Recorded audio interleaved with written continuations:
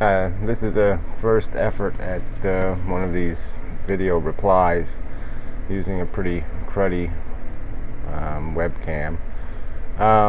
Anyway, I watched some of your videos and I was kind of provoked to respond.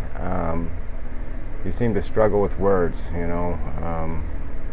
Words are a human convention. I mean, we use words to describe concepts and things that we see, or concepts we try to understand. And you know, so we invent the word wet to describe what water is.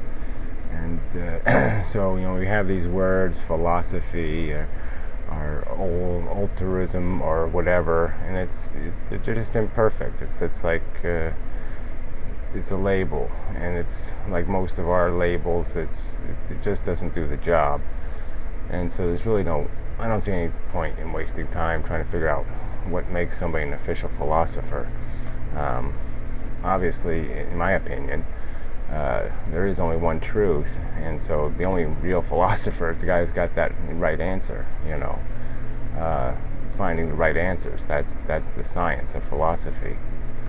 You know, but in our culture, I guess I would say a philosopher is anybody who writes well. Sometimes is a philosopher because they gain popularity, or they write sympathetically to popular sensibilities. I mean, great musicians are, you know, people who write music that people like. You know, that's the standard. Maybe it's not the right standard, but that's the standard. So anyway, just forget about the words, forget about trying to make, you know, all these fine distinctions, because it's just a waste of time, I think. Anyway, so you brought up these couple of these words, you know, altruism and atheism and market economies and cultural evolution.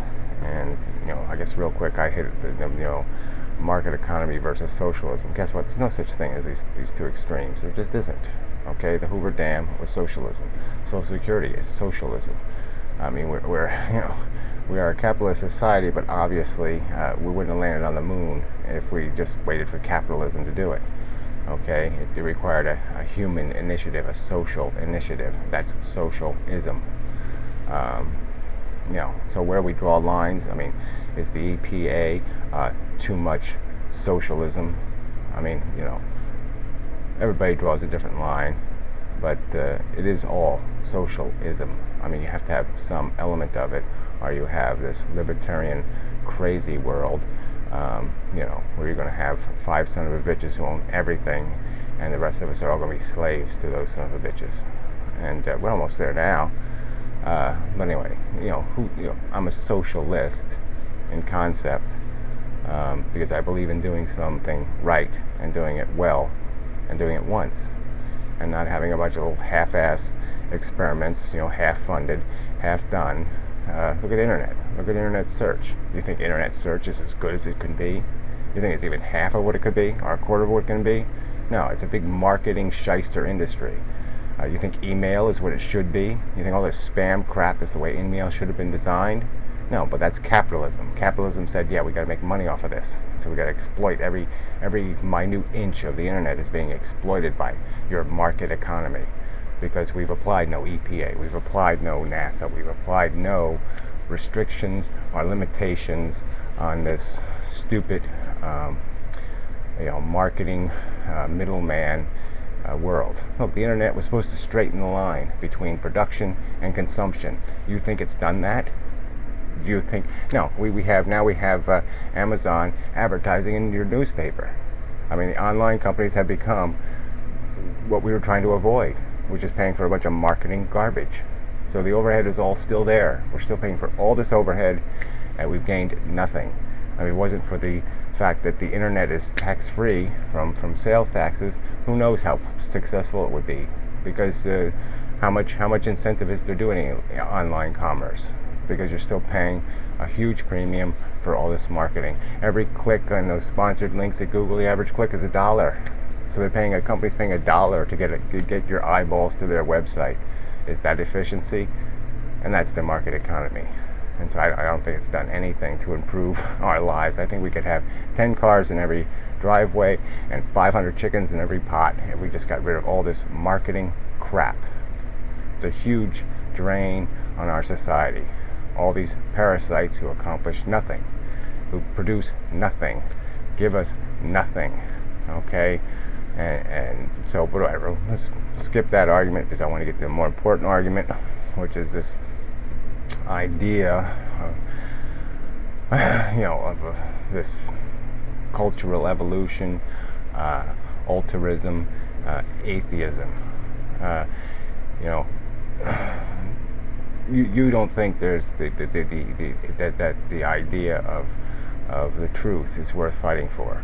You say you're an atheist, but you don't care if everybody else just believes whatever they believe, or everybody should just, we'll just all make up our own versions, and it really isn't consequential. It's not worth fighting for. It's not worth arguing about the truth. The truth just isn't that significant. Well, it's hugely significant, because if you're an atheist, you have more responsibilities on this planet. You're not, it's not a moral issue. That's dogma. It's an ethical issue. Okay, because if you're an atheist, you got to realize that you are God. You may be the most intelligent thing in the universe, and so with that intelligence comes a responsibility, because you can know, and you can know what right and wrong is, and you can know what's broken, and you can have the knowledge to fix it, and then you have the choice to do nothing or to do something. And you also have to recognize that, as an atheist, your impact, your life is what it is. It's not some special place you go to where you spend eternity. No, this is your life, and you got to take responsibility for it. And in the end, you've got to produce more than you consume. And when your life is over, if you're going to live a good life, the definition isn't happiness. The definition is, well, did you leave this planet better off than when you got here? Was your, what is the sum total of your existence? How much pain did you cause, and how much pain did you prevent?